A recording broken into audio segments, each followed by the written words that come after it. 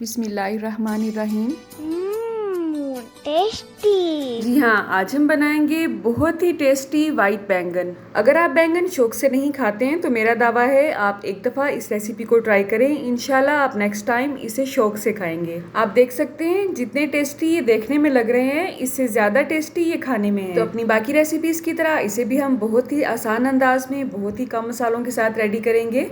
तो चलें इस दुआ के साथ आज की वीडियो का आगाज़ करते हैं कि अल्लाह आप सबका दस्तरखान सजाए रखे और हम सबको सेहत और ईमान का रिज़्क़ अता फरमाए। टेस्टी। जी, तो आज मैं कुकिंग ऑयल का इस्तेमाल कर रही हूँ। आप चाहें तो इसे घी में या देसी घी में भी बना सकते हैं। 5 से 6 खाने के चम्मच यहाँ पे मैंने कुकिंग ऑयल के लिए हैं और 4 से 5 दरमियाने साइज़ के प्याज मैंने लिए हैं। प्याज को हम रफली चॉप ही करेंगे, बहुत ज़्यादा शेप देने की इन्हें ज़रूरत नहीं है। इन्हें हमने ब्राउन नहीं करना है, जस्ट नरम ही करना है। तो 5 से 6 मिनट अच्छी तरह से भूनने के बाद इसमें 8 से 10 जवे लहसुन की ऐड करेंगे। 2 से 3 मिनट तक लहसुन के जवे इसमें अच्छी तरह से भूनेंगे और उसके बाद इसमें सब्ज़ मिर्च ऐड करेंगे।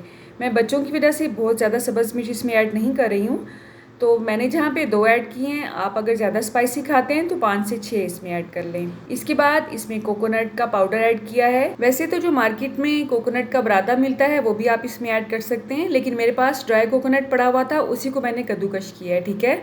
और ये 1/4 कप के हिसाब से मैंने इसमें ऐड किया है। तो इस सारे प्रोसेस में आपको मुश्किल से 7 से 8 मिनट लगेंगे। कोकोनट का पाउडर डालने के बाद हमने जस्ट इसे 1 मिनट ही भूनना है। उसके बाद चूल्हे की आंच को बंद कर देंगे।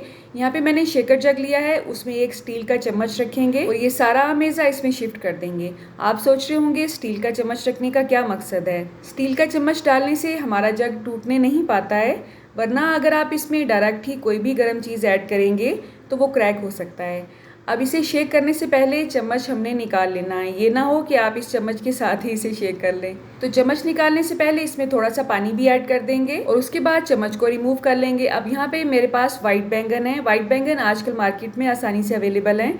आप चाहें तो दूसरे बैंगन भी ले सकते हैं। ऐसा नहीं है कि वाइट बैंगन की ही ये रेसिपी है। इनको मैंने अच्छी तरह से वॉश कर लिया है। अब इसकी जो ऊपर वाली डंडी है इसको हमने सारा रिमूव नहीं करना है, जस्ट थोड़ा थोड़ा सा रिमूव करेंगे ताकि इसका जो फ्रेश वाला पार्ट है वो मिल सके और ऊपर जो डेड स्किन है इसकी वो खत्म हो जाए, ठीक है। अच्छा, अगर किसी भी बैंगन में आपको सुराख नजर आता है तो आपने यूज नहीं करना है।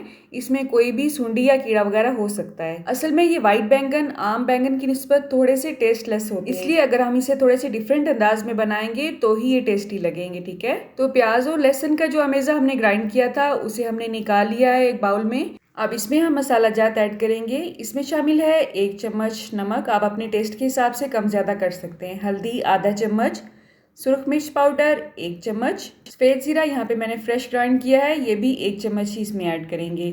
थोड़ा सा अगर आप इसे भून लेते हैं तो इसका टेस्ट और भी अच्छा आ जाता है।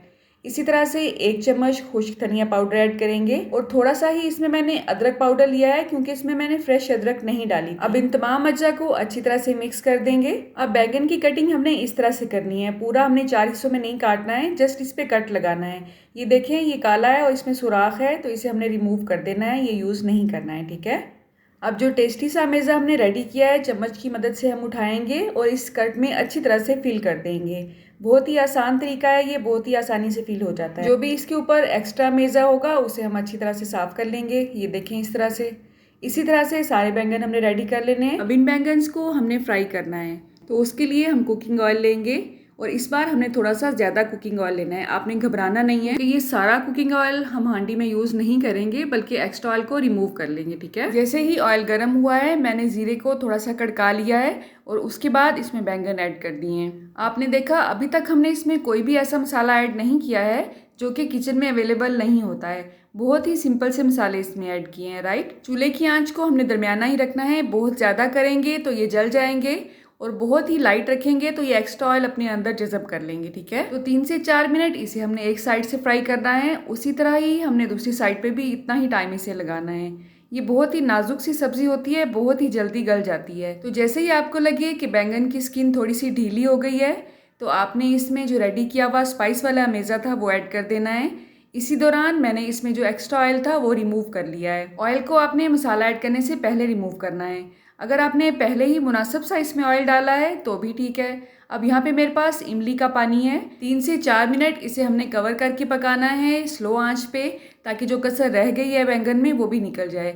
उसके बाद सादे पानी की जगह पे हमने ये इमली वाला पानी ऐड करना है। इमली को जस्ट आपने आधे घंटे के लिए भिगो के रखना है, उसे छान लेना है, बस यही आपका इमली का पानी है। इसमें कोई भी ऐसी रॉकेट साइंस नहीं है। और ये मैंने आधे कप से थोड़ा सा ज़्यादा ऐड किया है। पानी डालने के बाद स्लो आंच पे हमने इसे 2 से 3 मिनट के लिए दम पे लगाया था और आप देख सकते हैं इस दौरान बहुत ही अच्छी सी ग्रेवी रेडी हो चुकी है। लेकिन बैंगन को अभी गलने में थोड़ी सी कसर बाकी है, तो इसे हम 2 से 3 मिनट के लिए दोबारा कवर करके पकाएंगे। अच्छा, मेरी कोशिश होती है कि वीडियो को बहुत ही मुनफरिद अंदाज में आपके सामने पेश किया जाए, जिसे देख के आपको ये ना लगे कि आप किसी चैनल की कॉपी देख रहे हैं। लेकिन खुदा ना खास्ता अगर आपको लगता है कि मैं किसी भी चैनल की कॉपी करती हूँ तो आपने कमेंट बॉक्स में उस चैनल को मेंशन ज़रूर करना है। इस तरह से मेरी इस्लाह होगी और मैं अपनी वीडियोस को ज़्यादा बेहतर अंदाज में आपके सामने लेके आऊँगी, ठीक है। तो बातों ही बातों में इसमें सब्ज़ मिर्च भी ऐड हो चुकी है और जो साबुत वाली छोटी सुरख मिर्च जिसे दड़ंगी मिर्च कहा जाता है वो भी ऐड हो चुकी है।